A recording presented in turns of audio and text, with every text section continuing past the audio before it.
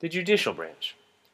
This is a court system that interprets and applies laws when resolving some kind of dispute.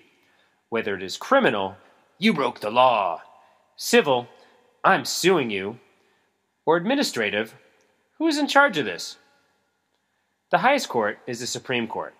It has 9 members. They are nominated by the President and confirmed through majority vote in the Senate.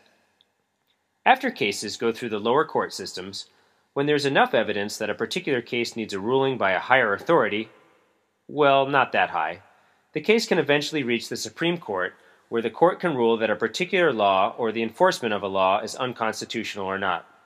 In other words, there is a document called the Constitution that gives people certain rights, and no laws are allowed to be created that violate the rules in this Constitution. The members of the Supreme Court are the ones who have the final decision on whether laws that were created actually violate the Constitution. They can decide that the law is okay as written. They can throw out parts of a law or even the whole law if they think it's unconstitutional.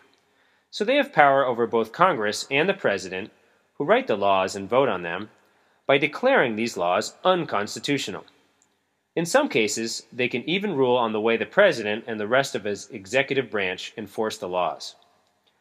On some controversial issues, where the vote is often 5-4, you can see that the court is divided by different ways that they interpret the Constitution. In fact, when they are divided 5-4, you can often see that those who are nominated by a Republican president tend to vote the same way as each other, and those nominated by a Democratic president tend to vote the other way. While there is not supposed to be any party affiliation on the Supreme Court, the reality of their voting shows some evidence that they tend to lean toward the party that nominated them. The Supreme Court members serve for their whole life or until they decide to retire, unless they are impeached for breaking the law or for inappropriate conduct. The House of Representatives can vote to impeach the Supreme Court members, which means send them to the Senate for a hearing, and the Senate can vote to remove that member or not with majority voting, although no member of the U.S. Supreme Court has ever been removed. Only a very small number of cases are heard in the Supreme Court. There are many other federal courts that make most of the rulings on federal laws, meaning those laws that are for the whole country. There are also state courts that rule on state laws, as well as city, town, and county courts that rule on laws made in those smaller regions. Every state organizes their courts slightly differently from each other, so it is hard to generalize on their organization. The judges in the lower courts are often chosen in elections, and since money can help the judges pay for commercials, the results of these elections can often be influenced by people who have money.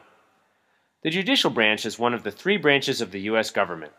The design of the U.S. government system is to have a balance of power between the judicial branch and the executive and legislative branches, so that no one branch can become too powerful.